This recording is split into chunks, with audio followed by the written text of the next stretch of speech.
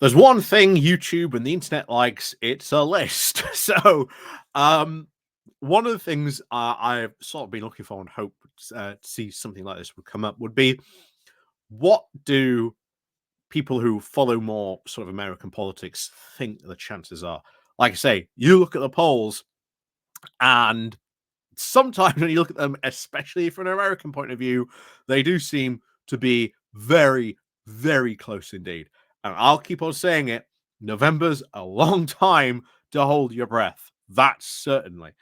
But one of the key points, really, and it as always is because I don't really follow American politics as closely as I follow British politics. So there's a lot of stuff, you know, I either don't know, just am not aware of, or whatever. I just haven't seen, so I haven't seen the argument. I'm not able to sort of talk about it. But to be able to sort of see these types of, should we say, 10 reasons why this person in particular is cautiously optimistic about the election does hopefully relieve a lot of points about this. It does bring up a lot of points that show that not only just Trump, but the Republicans themselves have really put themselves into a bad position. Some of them I am really shocked about. Like one of the things in particular that we'll get into on this list is apparently in some of the key battleground states, local Republican parties are absolutely strapped for cash. Like they just do not have any cash to be able to fight a general election. Not only that, but they do not even have volunteers willing to go out and campaign for them. Like that is how bad it is in some states. So that honestly, just on that alone is incredibly optimistic. So maybe I don't know. I'll bring this up because I think this might be fun to sort of talk about on Geoscope as well. So I'll bring this up with Graham on Thursday. We'll put this forward.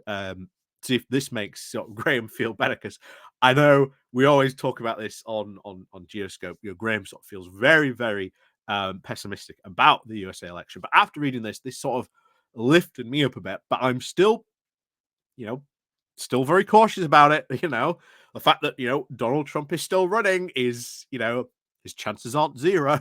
And as long as they are not zero, they are still a chance. But, however, I will say the odds are definitely firmly in going more in the direction of Biden. So, before we do get more into this, please do remember to click the like, click the share button. Down below, there's the Patreon page, the Buy Me Coffee link, the YouTube thank you button, and of course, the Pony Club down below as well. So thank you very much to all your support that you guys show. So as always, let's crack on with this. And I have to say, I cannot recommend enough because I've been reading some of the other stuff that they've been posting on their Substack. It's called The Big Picture. Like I say, you can find them on Substack. Do go give them a follow. They are very good about following sort of American sort of politics. If you are interested in more of that stuff, do go give them a follow. Do subscribe to them on Substack as well, because we're going to go through some of their 10 reasons about this. Because some of these I will absolutely 100% agree with. Some of them I had no idea about because again I don't follow American politics closely enough to sort of be aware of some of this stuff. But hey, let's go climb into this. So, number one, Biden has an easier job ahead than Trump. Reassuring news right off the bat.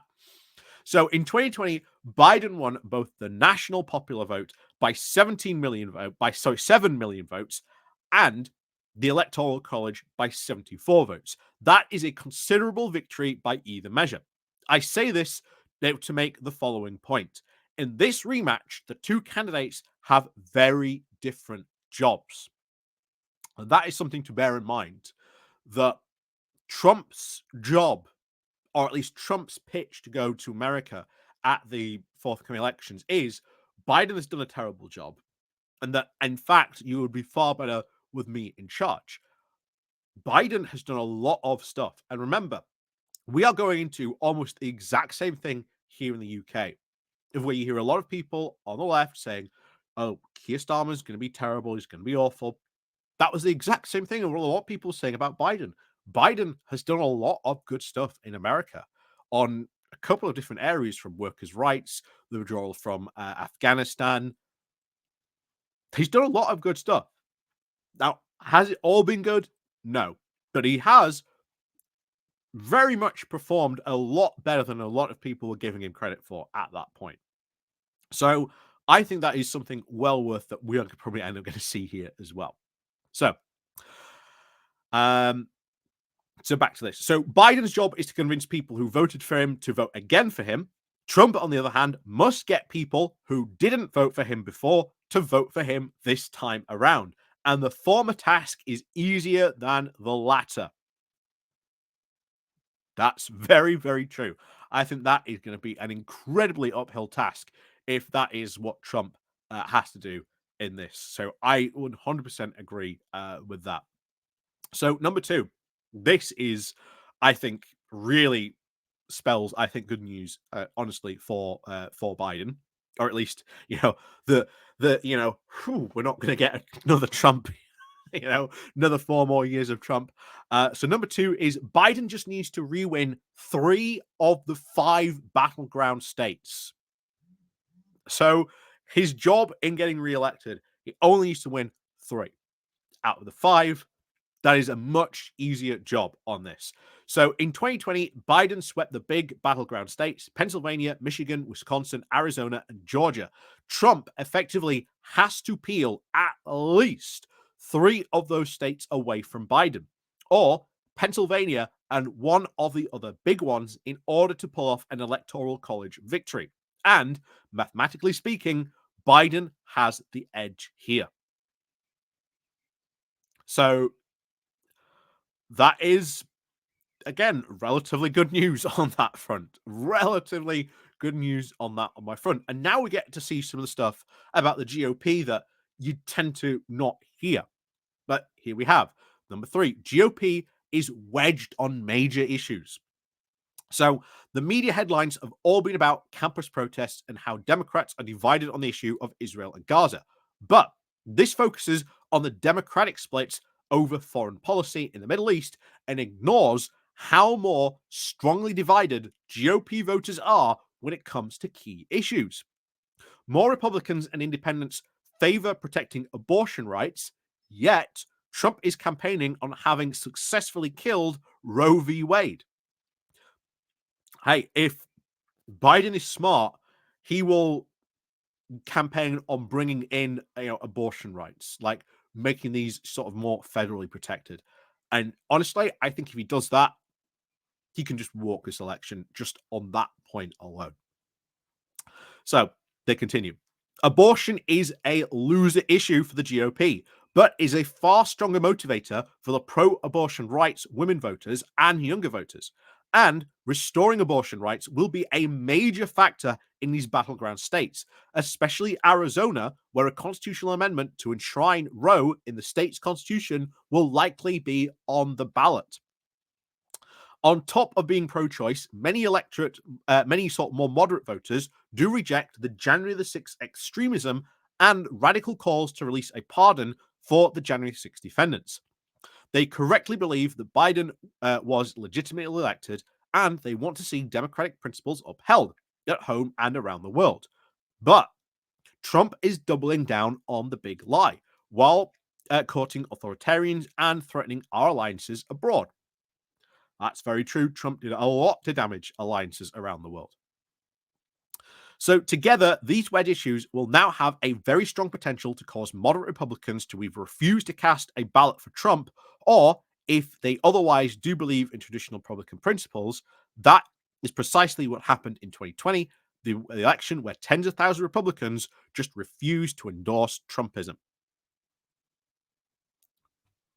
And that is something we are seeing here in the UK. That has played out as well in the UK, where we have seen traditional sort of conservative voters turned off by the ever increasing, right wing direction they continually taking, because the party is just just keeps on turning right, and they ain't finished yet.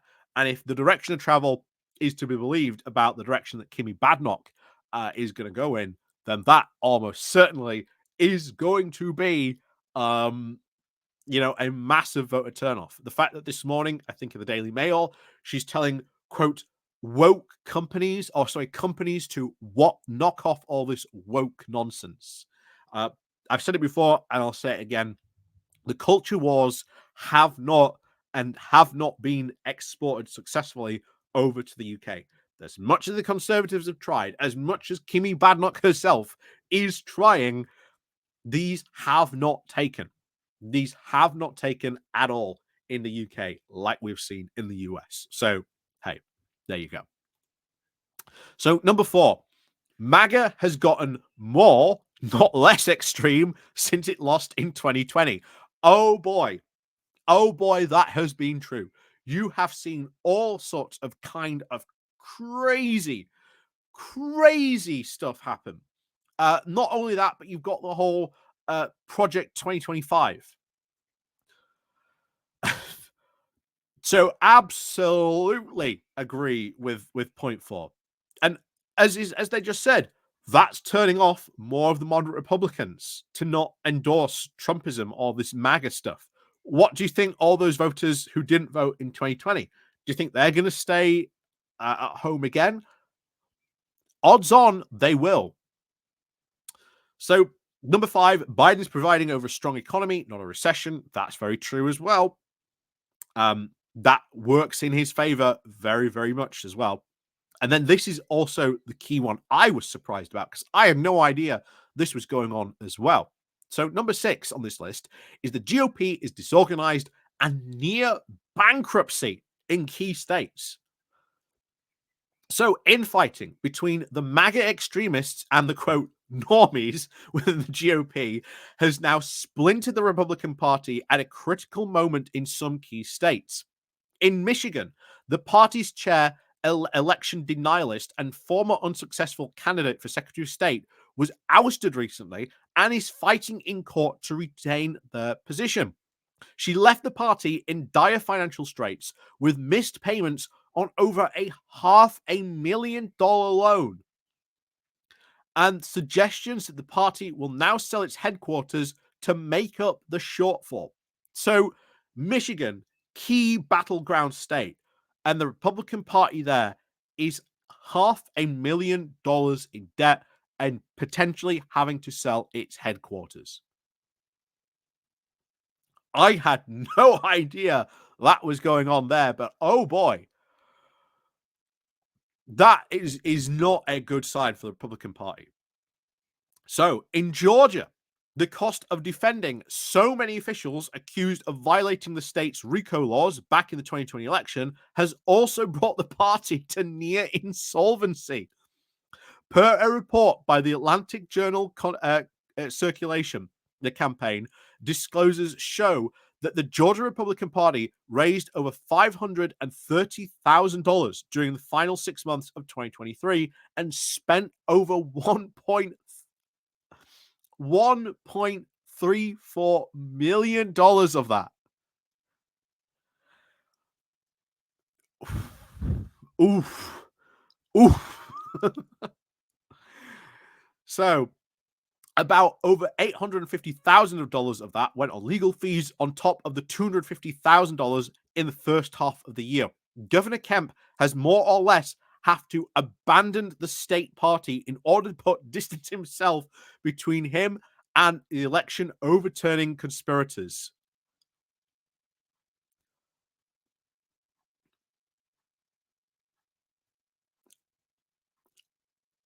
That's what we call attempting to do an Andy Street.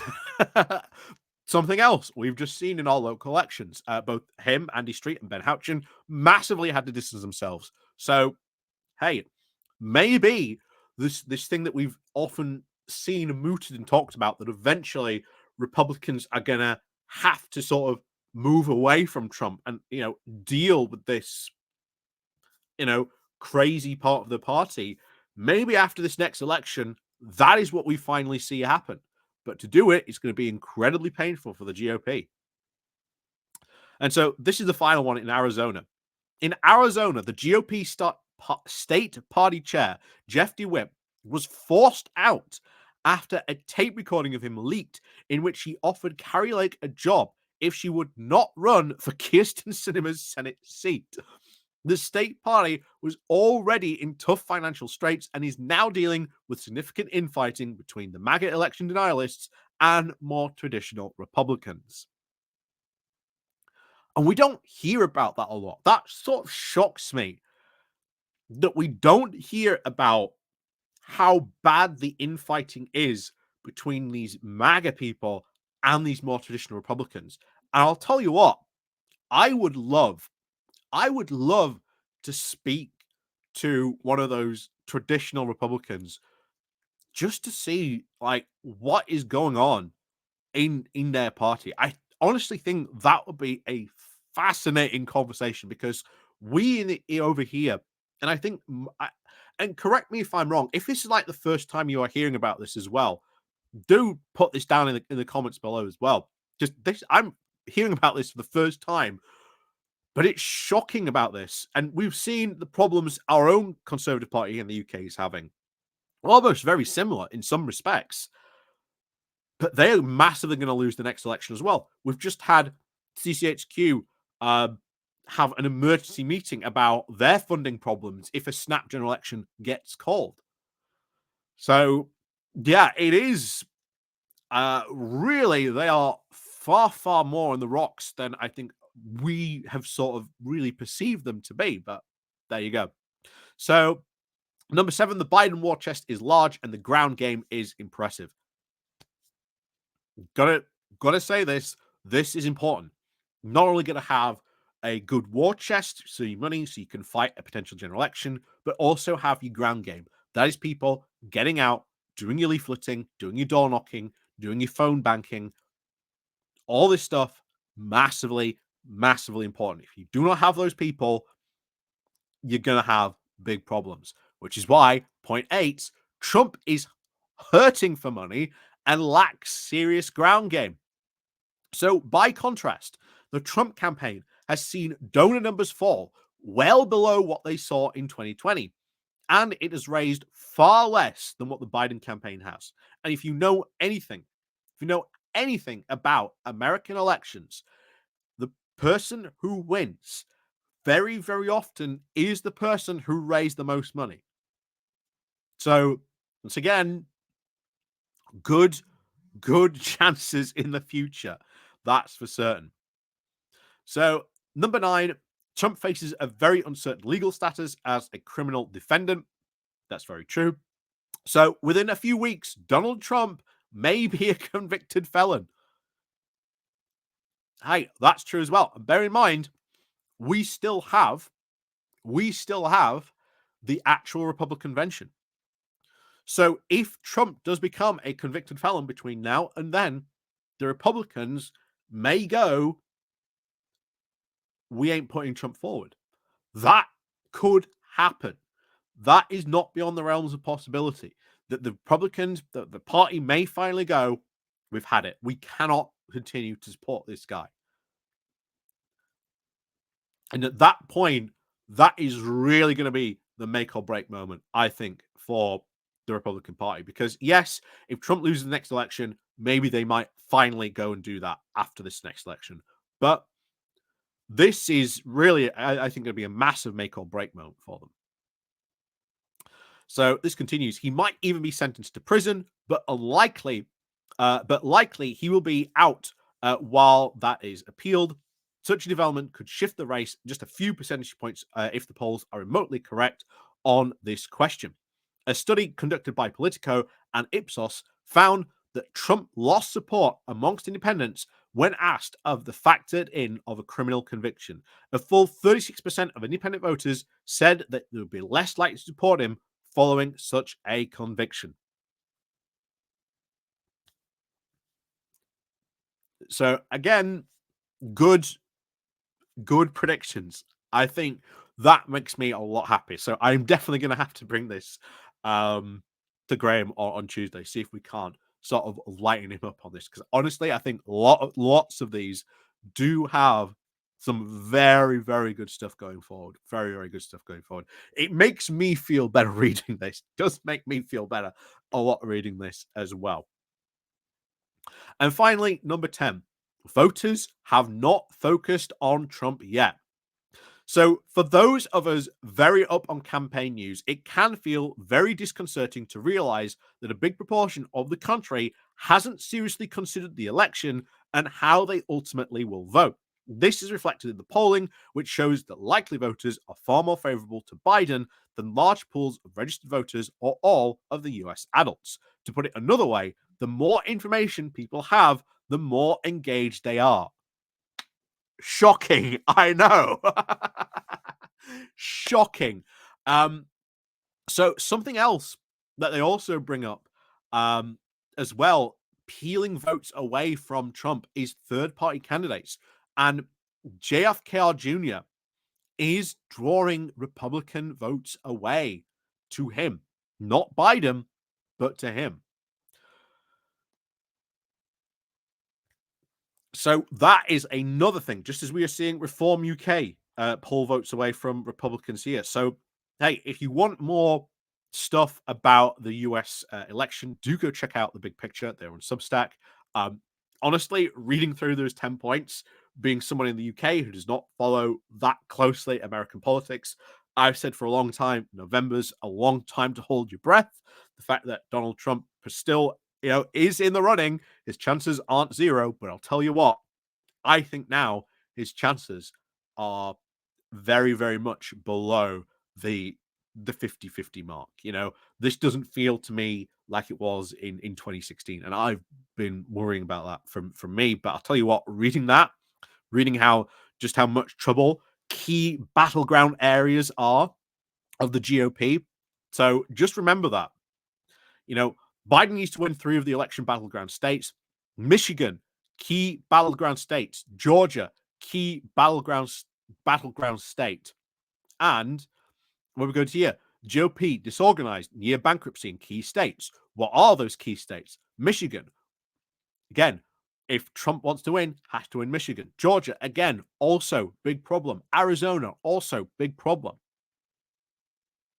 So 3 of those 5 battleground states, the GOP and the Republicans are in massive, massive trouble. So I do not see how Trump peels away some of these key battleground states. I do not see that happening, but I'll tell you what, that certainly, I'll tell you what, from someone from the outside looking in, makes me breathe a lot big sigh of relief. I know Emma Price, who often comments on Geoscope and etc., telling us not to worry about that. Well, I'll tell you what, I am now reading about that. Does feel a lot more pressure off me. A lot more pressure off me on that. I will tell you that. So hey, we'll bring this up on Thursday to Graham, because I think that is indeed very, very good to read, and it makes me a lot happier when you see stuff like that as well. So as always, thank you very much for watching, and of course, we'll see you all next time.